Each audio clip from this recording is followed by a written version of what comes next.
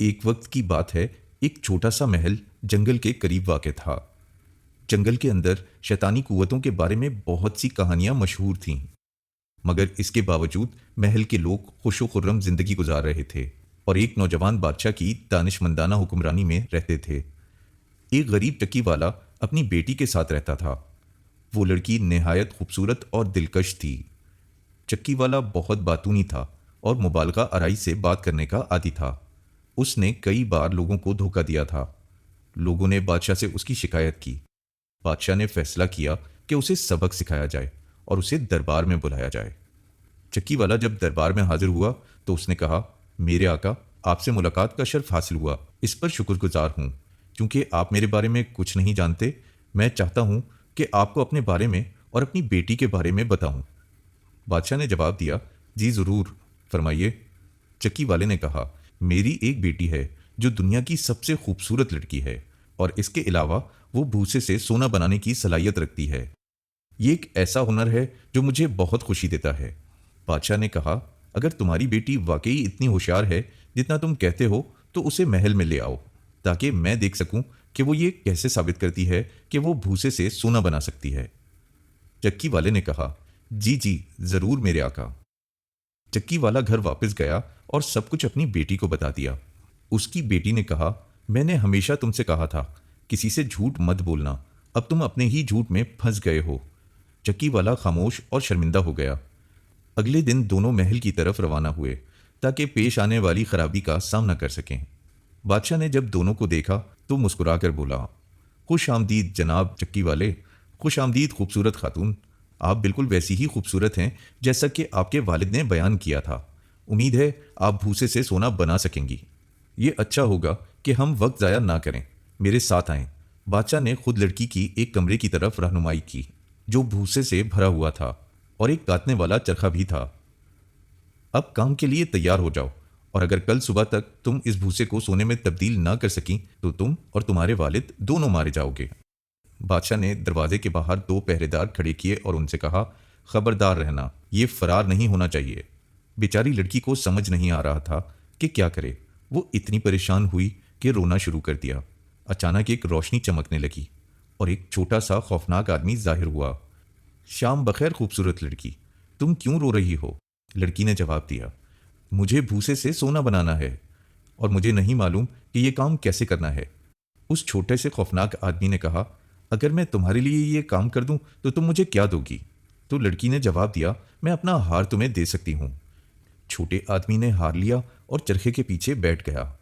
गुड़ुर गुड़ुर गुड़ुर 3 बार चरखा घुमाया और भूसे से सोना बनना शुरू हो गया। सुबह तक वो चरखा गरर गरर गरर करके चलाता रहा और भूसा सोने में तब्दील होता रहा। जब तमाम भूसा सोने में तब्दील हो गया तो लड़की ने कहा, शुक्रिया छोटे आदमी, क्या मैं जान सकती हूँ कि तुम कौन हो और तुम्हारा नाम क्या है? छोटे आदमी ने कोई जवाब नहीं दिया, मुस्कुराया और अचानक गायब हो गया। सूरज निकलने का वक्त आया और जब बादशाह ने आकर सोना देखा तो हैरान रह गया। ओ खुदा, मैं तो समझता था कि तुम्हारे झूठे बाप ने मुझसे झूठ बोला है। अब जाओ, थोड़ा आराम करो, मैं शाम को तुमसे मिलूंगा। चक्की वाले की बेटी ने सोचा कि बादशाह अब उसे इनाम देगा और सुकून से घर वापस जाने देगा।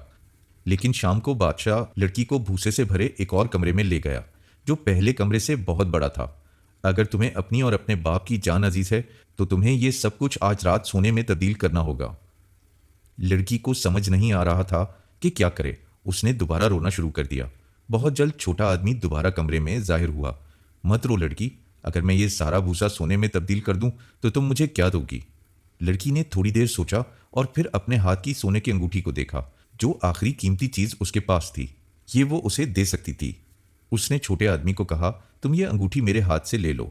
छोटे आदमी ने अंगूठी उसकी उंगली से निकाल ली और फिर चरखा काटना शुरू कर दिया। सुबह तक वो चरखा काटता रहा और तमाम तिनके चमकते हुए सोने में बदल गए। लड़की ने खुश होकर कहा, तुम्हारा बहुत शुक्रिया। ए छोटे आदमी, क्या मैं जान सकती हूं कि तुम कौन हो? बराए करम मुझे बताओ। छोटे आदमी ने मुस्कुराकर उसकी जानिब देखा और गायब हो गया। सुबह बादशाह वापस आया और उसने जो कुछ देखा उससे बेहद खुश हुआ। तुम हमारे महल के लिए एक नेमत हो। मेरे पास तुम्हारी फनकारी की तारीफ के लिए मजीद कोई अल्फाज नहीं। बराए करम जाओ और थोड़ा आराम करो, मैं तुम्हें शाम में देखूंगा। शाम के वक्त बादशाह लड़की के पास आया और उसे एक बड़े कमरे में ले गया जो तिनके से भरा हुआ था। ये सब भी एक रात में काटा जाना चाहिए, बादशाह ने उम्मीद भरी आवाज में कहा, और अगर तुम ये काम कर लो तो तुम मेरी बीवी बन सकती हो। तुम्हारे लिए मुझसे ज्यादा बेहतर शख्स कोई नहीं जिसे मैं तलाश कर सकूं। जैसे ही लड़की को अकेला छोड़ा गया, छोटा आदमी तीसरी बार जाहिर हुआ। इस बार तुम मुझे क्या दोगी अगर मैं ये तमाम तिनके काट कर सोने में बदल दूं? मेरे पास तुम्हें देने के लिए कुछ नहीं बचा। और लड़की ने रोना शुरू कर दिया। ठीक है, रो नहीं। तो फिर तुम्हें वादा करना होगा कि जब तुम मलका बनोगी तो अपना पहला बच्चा मुझे दोगी। लड़की के पास कोई चारा न था सिवाय कबूल करने के।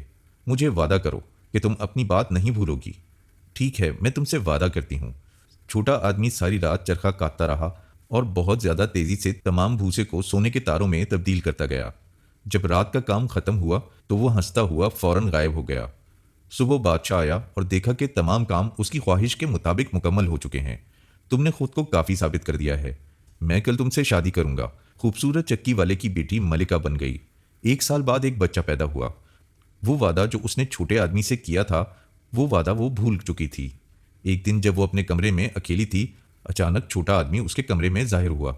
तुम अपना वादा भूल गई। नहीं, अभी याद है, लेकिन मैं अपने बच्चे से बहुत मोहब्बत करती हूँ। क्या मैं तुमसे एक दरख्वास्त कर सकती हूँ? अब मैं मलिका बन गई हूँ। तुम जो चाहो मुझसे मांग सकते हो। बच्चे के बदले में मैं तुम्हें जो चाहे दे सकती हूँ। नहीं, मैं चाहूँगा कि मेरे पास यही जानदार चीज़ हो। मुझे खजानों से कोई गर्ज नहीं। छोटे आदमी, मैं तुमसे इल्तिजा करती हूँ, बराए करम मेरे बच्चे को मेरे लिए छोड़ दो। मैं तुमसे दरख्वास्त करती हूँ। छोटे आदमी का दिल पिघल गया और उसने एक सख्त शर्त रखी, और वो ये कि मलिका उसके नाम का अंदाज़ा लगाए। मैं तुम्हें 3 दिन की मोहलत देता हूँ। अगर इस मुद्दत के अख्ताम तक तुम मेरा नाम न बता सकी तो तुम्हें अपना बच्चा मुझे देना होगा। मलिका ने खुश होकर कहा, शुक्रिया छोटे आदमी, मैं तुम्हारा नाम जान लूंगी। तुम्हारा बहुत बहुत शुक्रिया। छोटे आदमी ने कहा, मैं कल वापस आऊंगा। मलिका ने सारी रात उन तमाम नामों के बारे में सोचा जो उसने अब तक सुने थे। उसने एक पैगाम रसां को दूर दस्तों की तरफ भेजा ताकि हर मुमकिन नाम को तलाश कर सके। रात हुई और छोटा आदमी वापस आया। तो तुमने मेरा नाम ढूंढ लिया? हाँ, तुम्हारा नाम शायद कैस्पर है। ये मेरा नाम नहीं। तो तुम्हारा नाम मलकू है? नहीं। बल्तजार? नहीं। मलिका ने वो तमाम नाम कहे जो वो जानती थी और उस फहरिस्त को देखा जो पैगाम रसां लाया था, लेकिन हर नाम के बाद छोटा आदमी हंसता और कहता, नहीं, आज के लिए ये काफ़ी हैं। आखिर वो नाम ख़त्म हो गए। मैं कल वापस आऊँगा, तैयार रहना। दूसरे दिन मलिका ने पैगाम रसां को करीबी इलाकों में भेजा ताकि वो अजीब तरीन और ख़ास तरीन नाम तलाश कर सकें। छोटा आदमी फिर वापस आया। मलिका अपनी फहरिस्त के साथ तैयार थी। शायद तुम्हारा नाम रोज़ हो या रेज़ा? ये मेरा नाम नहीं। शेप? शख्स? नहीं, ये भी मेरे नाम नहीं। स्पेंदल? नहीं। मलिका ने फिर पूरी फहरिस्त पढ़ दी और हर नाम के आखिर में छोटा शख्स कहता कि ये मेरा नाम नहीं है। जाने से पहले छोटे आदमी ने कहा, कल आखिरी दिन है मलिका, और मैं शक में हूं कि तुम अपने बच्चे को नहीं बचा सकोगी। मलिका परेशान हो गई, लेकिन तीसरे दिन पैगाम रसां ने अफसरदा लहजे में कहा, मैं कोई नया नाम तलाश करने में कामयाब नहीं हो सका, लेकिन जब मैं जंगल से गुजर रहा था तो एक ऊंची पहाड़ी पर पहुंचा और उसके करीब एक छोटा सा घर था और घर के सामने आग जल रही थी। आग के गिर्द एक छोटा आदमी मौसीकी पर रक्स कर रहा था, एक पांव पर कूद रहा था और गाता जा रहा था कि आज जीत जाऊंगा और कल बच्चे को ले आऊंगा। मैं खुश हूं कि किसी को नहीं मालूम कि मेरा नाम रम्पल स्टील स्कैन है। कोई तसव्वुर भी नहीं कर सकेगा कितना सुकून मिला।